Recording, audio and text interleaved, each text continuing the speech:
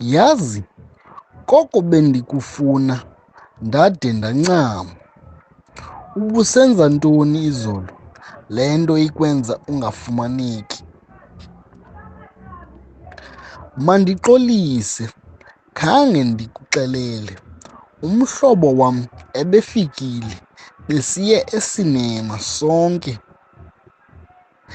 Indlela ebendinovuyo ngayo kuba bendiqala nokuya esinema. Kubalulekile ukuba umntu azinike ithuba lokuzonwabisa nophumza ingqondo kwizinto zomsebenzi.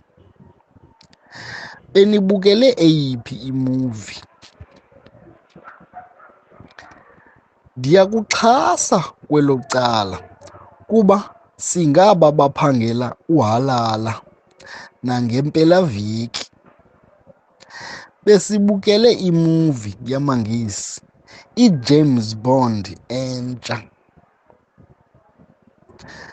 Ndikhe ndayithi tshe kumabonakude igarantwa. Ingaba ibinika umdla kodwa? Ndlela le abantu bayibabaza ngayo, mna andazi, bendilibele izibuko zam.